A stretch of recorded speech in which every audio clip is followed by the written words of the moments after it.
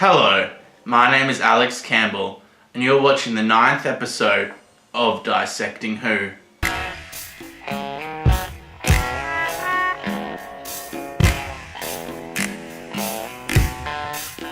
On this episode, I'll be dissecting World Enough and Time by Stephen Moffat, the 11th episode of the 10th season of Doctor Who.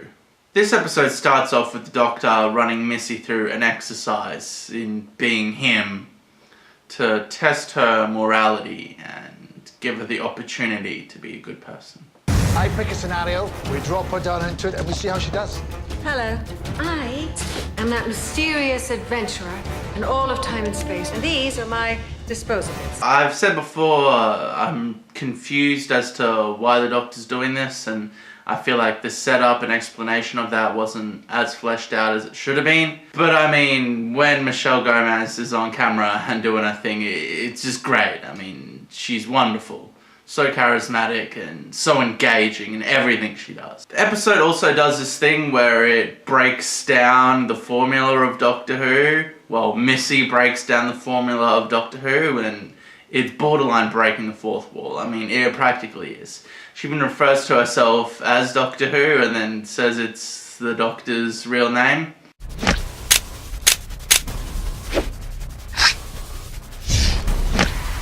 Now, even though I thought the Doctor's real name is Doctor Who thing was kind of cool, breaking the fourth wall, one, it's really jarring hearing the name Doctor Who in Doctor Who, just because of the way they've set it up. You know, he's never been called Doctor Who, he's been the Doctor.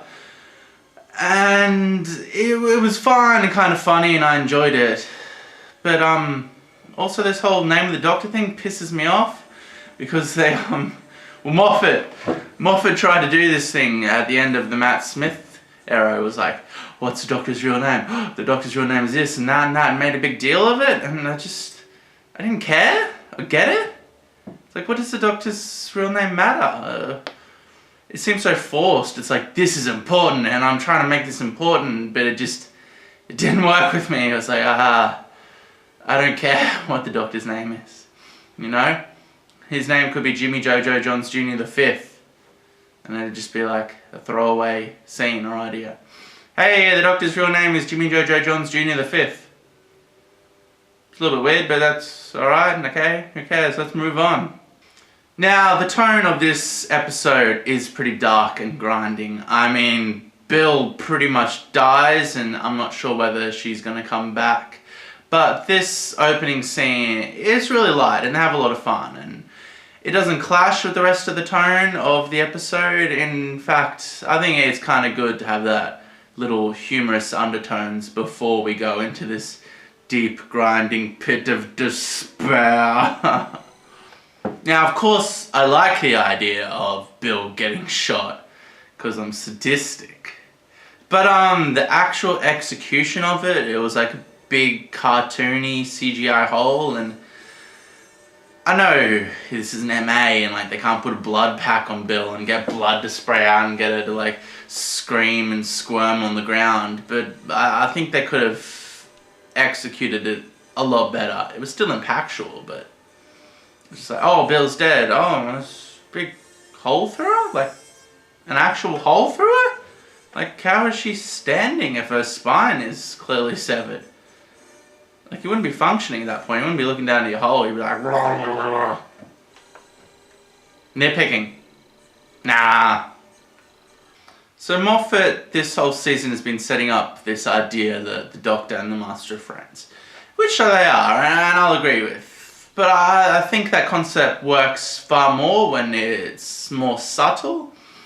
I mean, the whole premise and arc of this season with the Doctor and Missy has been like, we're best buddies, we're best friends. And the Doctor's trying to rehabilitate her into being a good person because they're that good friends. It just doesn't feel right, and it feels a little forced to me, you know?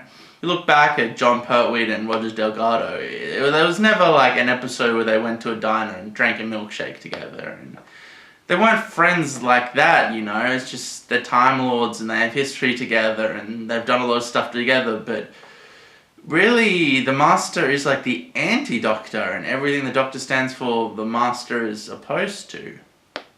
Now they're like best buddies. So sorry, but you're the reason that they're coming.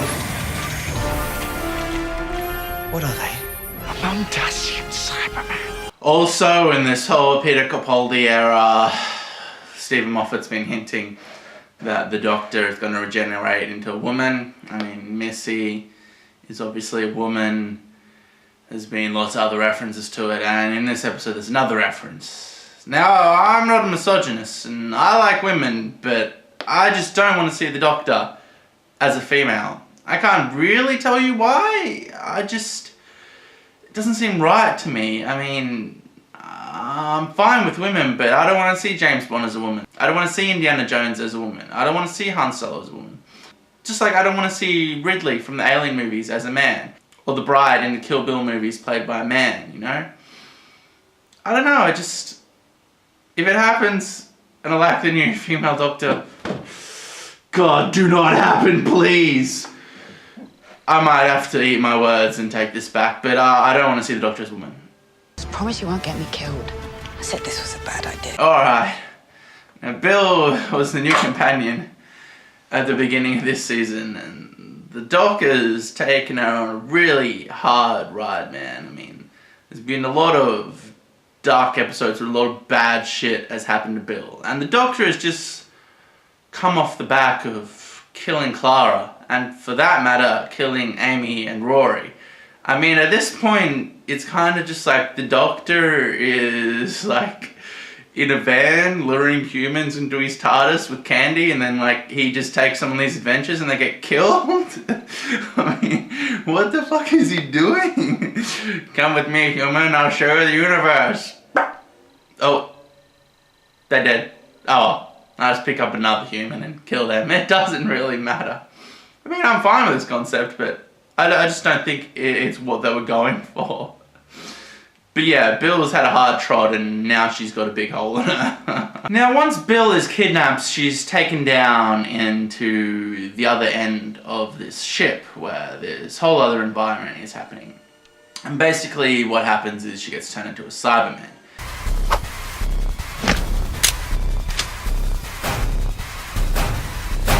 And the slow reveal of the Mondasian Cyberman in this episode is really great, and how they've set it up with pacing, it's spot on. It's not rushed through like a lot of New Who. The way they slowly tease you and give you the clues is great. But you get to the end and the unveil, and it's just like, the BBC already blew their load in all the trailers. Like, we knew the Mondasian Cybermen were going to be in this season, in the first trailer for the season, like months ago. It just, they had to keep that under their hats, and then the slow unveil. It would have been really cool. And I understand why they didn't, because I know television in general is a dying medium and they're really struggling with ratings at the moment. To do the exact same thing with the reveal of John Sims, the Master, just like, if that had been a complete shock at that point in that episode, it would have been great. It would have been like, holy shit, it's John Sims, it's the Master, he's back. But the BBC is just like grabbing for views at this moment. They're like, watch the show, please, we got Cybermen, John Sim is coming back. And I understand where they're at, you know, of course they're struggling. The internet has destroyed television viewership. It is a slow grind and build up and slowly revealing these two cliffhanger points, but you just ruined it. You ruined it, BBC. Now, John Sim, as the Master, plays this other character that he's in disguise as before the big reveal that we all knew was going to happen. And this character is great. I just loved him. Where am I? Hospital. The thing that sold it to me, and my favourite element of it, was the fact that I get to be in disguise for the first episode. Awake now. Good. Settle. I think he's a great actor. He completely pulled off a different character to the Master as the Master. Kudos to Stephen Moffat too for writing such a good part. He really is good at humour, I guess. Just not with Matt Smith. Alright. Now, the basic sci-fi concept in this show is that there's the ship escaping from a black hole And at one end of the black hole, closer to the event horizon, time moves a lot slower, because time moves a lot slower closer to the event horizon of a black hole. And at the start of the ship, where the Doctor is, time moves a lot faster. Now, this is a alright sci-fi concept, I guess.